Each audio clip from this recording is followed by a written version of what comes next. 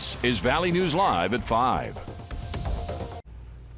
Good evening, everyone. One person is dead and several others are injured following a crash that involved 8 vehicles. That happened around 7:30 this morning at the notoriously problematic intersection near Gateway Drive and Highway 2 in Grand Forks. It's currently a construction zone with head-to-head traffic. A semi, multiple trucks, a boat, trailer, and several other cars were seen all over the road and in a nearby ditch, all seriously damaged. Authorities took a report of a semi driving recklessly. Just minutes later, this accident was reported. Deputies are still trying to figure out how many people were in each vehicle. Roads were closed for 6 hours. This isn't the first time we've reported on crashes near that area. There were 2 others that took place just yesterday. The first one happened in the afternoon and involved 3 vehicles. Betty Metcalf was driving a van when officials say she rear-ended a car. She was charged with DUI. The next one took place just a couple hours later. Officials say this crash was caused by a driver following too closely. Now, many of you reached out to us on social media about this being a dangerous stretch of road. One person writes, "I'm 56 and drive through that intersection 5 days a week. In 40 years of driving, I've never seen a more dangerous road construction area. Someone needs to answer why completing that intersection was not a top priority." Tonight on Valley News Live at 9 and 10, we'll dig deeper into that and tell you some other work zones to watch out for this weekend. New tonight at 5, a 34-year-old man is fighting for his life at All True Hospital after his truck was split in half by a train. That crash happened this morning 4 miles west of Grand Forks. Deputies say the man was heading south on 17th Street Northeast going towards 17th Avenue Northeast. As the truck was crossing the rails, it was hit by the train. Now here's Hutch with the first look at the all-important holiday weekend forecast. Hutch. Stacy, thanks so much. As we head into the evening, it is a sizzler out there. Crystal clear skies in most areas, light winds in most areas, and we warmed it up in central Minnesota, mid and upper 80s there. In the 90s out to the west, look at that. Bismarck not far from triple digits at 97. Well, keep in mind as you're driving around both tonight and throughout the holiday weekend that as the temperature outside goes up, that interior of your car can really get hot. So double check that back seat as you head inside. You don't want to leave pets or children even for a few minutes. In just a few minutes, the temperature inside the car can exceed 100 degrees with temperatures of 90 outside. And it doesn't take long for it to reach over 120 degrees inside your car. Here's a look at the forecast for this evening. Get out and enjoy the pool. And if you don't have that, just run through the sprinkler. 92 degrees, Stacy, as it'll be a hot evening. Now, coming up, we have thunderstorms in the forecast for the holiday weekend and an update because some of them look like they could hit on Saturday. We'll have the timing of those and the location of those coming up in your hour-by-hour forecast here in just a moment. All right, we'll be watching for that. Thanks, Hutch. Holiday weekends tend to cause upticks with drinking and driving and distracted driving. The Detroit Lakes Police Department is tightening enforcement. They say on the 4th of July, the entire department will be working. They want you to remember fireworks are prohibited in Minnesota. The concern for grass fires is extra high this year because of the drought. At the beach, all dogs and alcohol are prohibited. If you know you'll be drinking, have a designated driver. Again, the rules will be heavily enforced this weekend. Some of those opinions or thoughts that people might have might work on an ordinary weekend, but just with the congestion and the amount of people that are visiting the communities in our area over this weekend, it's just too risky to take chances with that.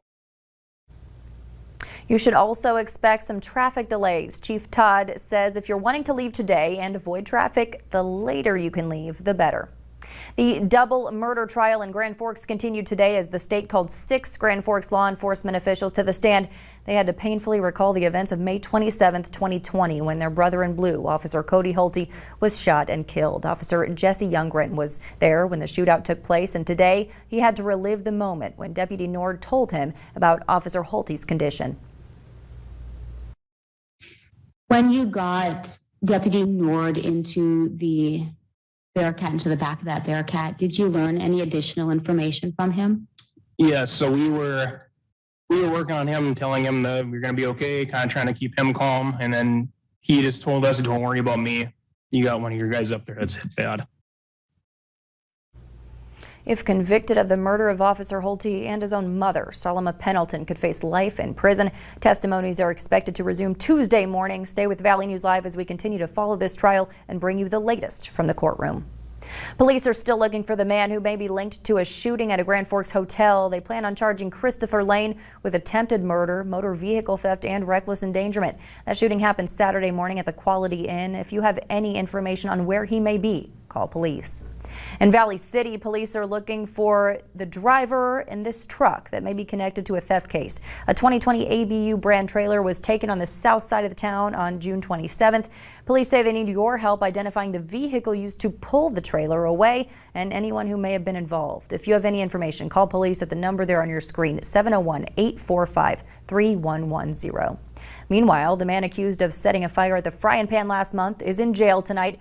Fargo police are looking to charge Nathan Oren with aggravated endangering by fire. He's suspected of starting a fire in the restaurant's dumpster back on June 14th. That fire then spread to the roof of the building, causing $5,000 in damages. It was just one of a string of dumpster fires that occurred that week. A Fargo bishop who since passed away is on the list of clergy members with credible accusations of sexual abuse. The Diocese of Lansing, Michigan has been looking into accusations against James Sullivan, who was a priest in the area several decades ago. They did find credible evidence of sexual misconduct with children. The Fargo Diocese says there weren't any allegations against Sullivan during his time in Fargo, where he passed away in 2006. Sacred Heart Middle School was originally named after Sullivan, but was changed due to those allegations. The Boy Scouts of America have reached a major settlement with nearly 60,000 child sex abuse victims. The $850 million settlement is said to be the largest involving sexual assaults in U.S. history. The resolution could have a huge impact on the organization's ongoing Chapter 11 bankruptcy case. In Florida, the number of confirmed dead from the condo collapse is now 20, and the number of people unaccounted for is 128. Now there's word of a new obstacle on the horizon, which could potentially hinder their efforts even more. Chris Pallone reports. Search day 9 in Surfside, Florida. Since Thursday, rescue crews have recovered the bodies of 2 more collapse victims, one the 7-year-old daughter of a City of Miami firefighter. It's very difficult. And last night was even more, when we're removing a fellow firefighter's daughter. The search has been back on since Thursday evening after concerns about the stability of the debris pile and the parts of Champlain Tower South still standing led to a pause of about 15 hours. Officials are considering demolishing the remaining building to make recovery efforts safer, but that complicated job won't be completed soon. A demolition cannot be done overnight. In fact, it takes weeks. Rescuers have had to deal with fire, lightning, extreme heat, and rain in the days since the collapse. It's just so challenging. So many different obstacles, one after the other. Now a new potential obstacle looming out at sea, Hurricane Elsa. Searchers say any pause for weather will be as short as possible. As soon as the green light is given that every piece of equipment can come back and rescuers can be allowed back on the pile, even without the rest of the equipment being here, we will be back to work. As the days pass, the shock has turned to grief for so many in this small beach community. My heart breaks every time I look in that direction because I knew a lot of people there. For families hoping for news about their loved ones, the agonizing wait continues. Chris Pallone, NBC News.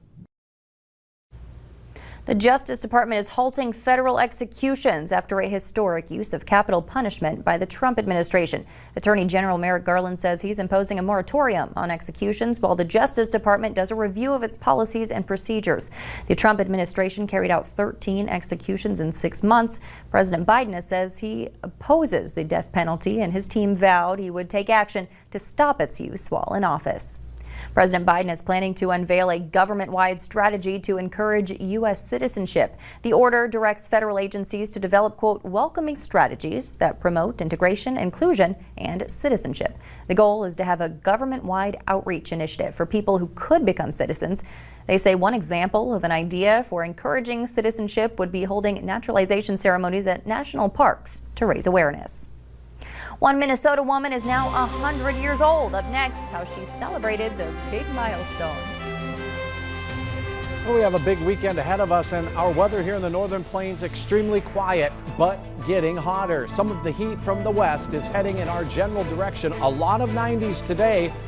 Who might see 100? Your hour-by-hour forecast does include a couple of thunderstorms as well. Details next.